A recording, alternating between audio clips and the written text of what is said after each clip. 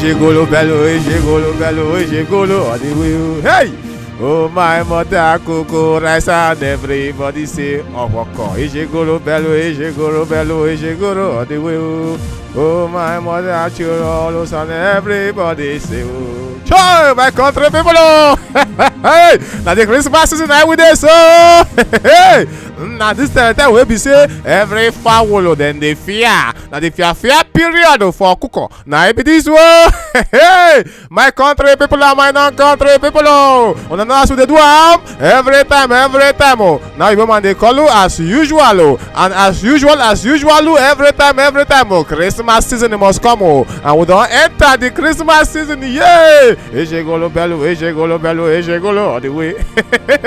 Oh yes, so my people. Oh. This one on still over Sabi TV now with the inside, so when I don't forget over Sabi TV and the place where we say all the bonge, all the hot to read them now inside over Sabi TV now them bracket and I still be this my name now OG thinking aka GT Lens the man where we say my mouth with the fire like a machine gun to the give on all the hot news them way boku inside of Sabi TV. Man, don't forget to subscribe, like, and comment on top of all the hot to read them away with the knock on. Once again, my people, a Merry Christmas now. They wish you now and a fruitful and prosperous Happy New Year in advance. Hey, over Sabi TV on a too hot. Yes, oh my country people, we don't show again. We don't know to do after we roll the intro. The next one after the give on the on top of the Toridamo because it's not no as usual. We means and I be every time. Now so we do so that I go fit understand how the Toridamo then waka pass. So my people like this, we go not to waste time on top of one place. Make we begin enter the on top of the Toridamo. Hey, over Sabi TV, you can not forget to subscribe, like, and comment on top of all the hot Toridamo we will get to for inside of Sabi TV.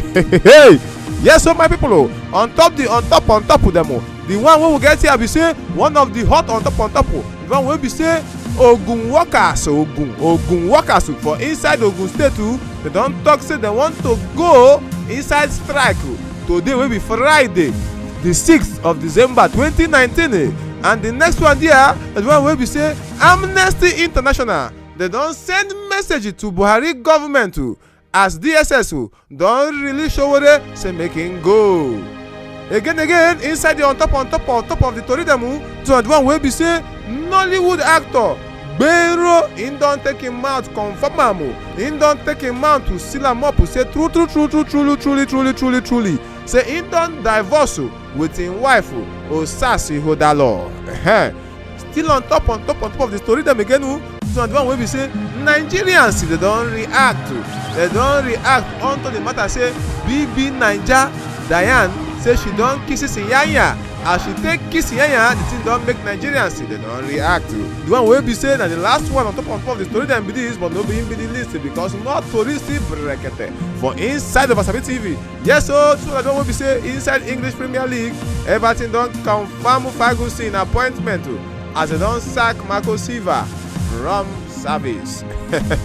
My people, now they on top of this. Man, don't forget what they do right away because you just zoom. We go zoom enter the inside of the body of the Toridamo. My people, don't forget to make una subscribe, make una like and make una comment so that we go feed the give una more hot fresh Toridamo. We break it for inside of Obodo Naija and outside of Obodo Naija. So we go feed the salmon and the news them well.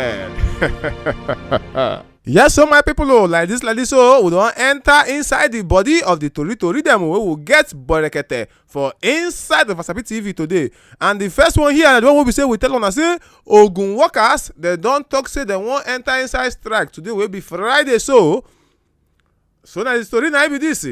The organized labor for inside Ogun State yonder, they don't knock the state government voice, say them go enter strike anytime from today will be Friday 6th of December. So this strike matter now so now based on say the state government no one reason with them well unto the national minimum wage of 30,000 naira. So now like this so Nigerian Labour Congress and Trade Union Congress wey be say na the two both of them na join body take formation together wey organize labour take come outside. So the two both of them na dem cry out painfully to the public say dem don suffer many things just to meet with the governor of the state, His Excellency Dapo Abiodun MFR, but yet him still no wan see dem. Him dey ignore dem.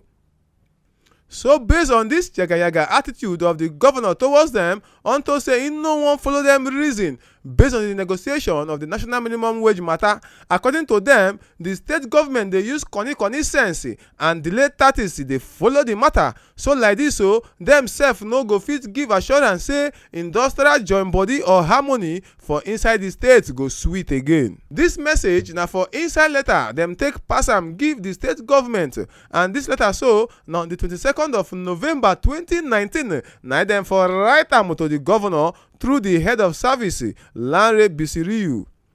This letter so dem title am concern over the delay in the negotiation on the new national minimum wage and other sundry issues. And the two both chairman of NLC, Emmanuel Bankole, and TUC, Olubunmi Fajobi, plus other people wey follow sign am. That's the Joint Negotiation Council, Folorunsho Bakonle, and the secretary Adebiyi Olusegun. Na all of them una join body sign this letter, so dem say they don't get peace again to waste because the government no want peace on top this matter. So the organized labor they don't provoke like this, so dem go enter inside strike, make dem for hold the economy of the state strong, because if the government no one listen to them, then they go bend them until dem listening. So my people, now the one way concern that matter be this, so now we don't knock on us, so make una no forget to subscribe, like and comment, so that we go fit dey give una more good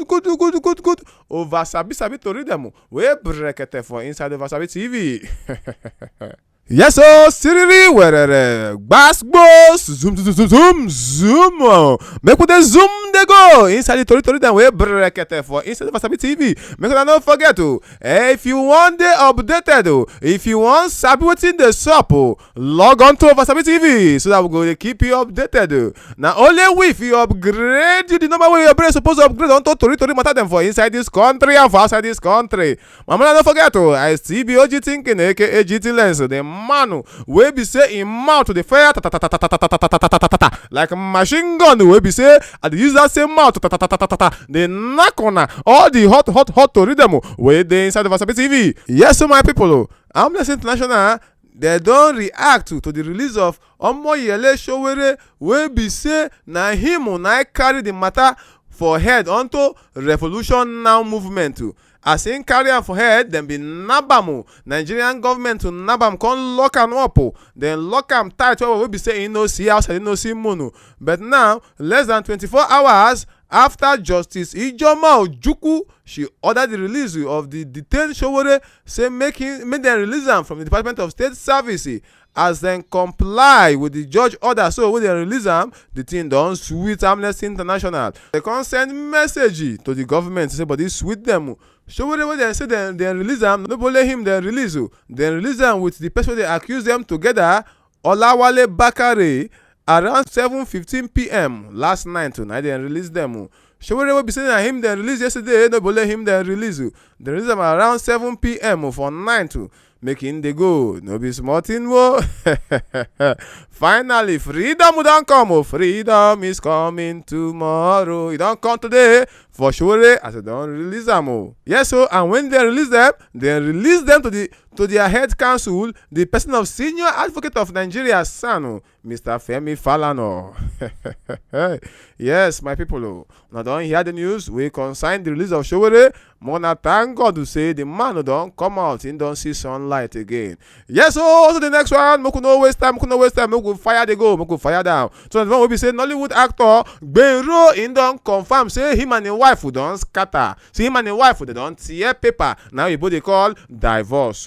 Nollywood actor Gbenro Ajibade don't confirm say him and the estranged wife will be say her name na Osas Igodaro, say they don't finally divorce. They don't finally tear the paper. Gbenro he reviewed this one inside an interview wey be say he talk him mind out well as he be am for that interview. He no hide anything. He say presently now they don divorce, but dem still dey join body dey train their pikin, the only pikin wey dem get. Dem dey join body dey train am together. So na so e be, my people. Him say there were time wey be say people don dey talk say this marriage go soon hit the rock. E go soon pieces, e go soon scatter, because the time wey be say Gbero call him wife out on top Instagram say she dey neglect their pikin just because of say she wan dey go party up and down for 90. She no wan do her motherly duties. As him talk this thing, people begin speculate say this marriage don dey scatter. But now him say finally they don divorce. No be small thing, my people. Na the one wey concern entertainment be that. Still on the matter inside entertainment, Nigerians don react to as BB Naija Diane kiss Inyanya for inside public. Former Big Brother Naija housemate Diane, she don stir reactions online. Diane inside a short video wey she post for her Instagram page, dem see her say she bin dey kiss musician Inyanya. Alongside inside the video, she come write this one say the best thing that could happen to you is falling in love. When that rare moment happens, hold it tight, cherish it, and live in the moment, love and let be. Now her action come as a surprise to the fans and Nigerians wey dey on top social media. Diane, while she been there inside BB Naija house, she reserve herself like a homely lady.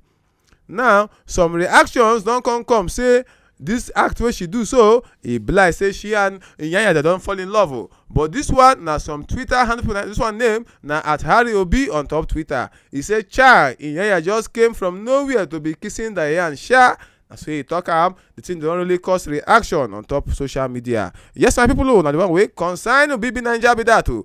On top English Premier League, Everton they don't confirm Ferguson appointment as they don't sack Marco Silva. Everton don appoint Duncan Ferguson to temporarily take charge of the club as they begin the search for a manager wey go dey permanent after they don remove Marco Silva. Silva wey be say him don dey under intense pressure before dem sack himself.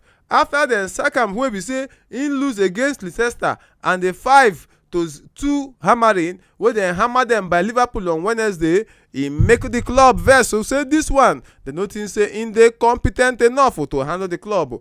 After dem come see say dem come release one statement from Everton confirming say Ferguson appointment go dey possible.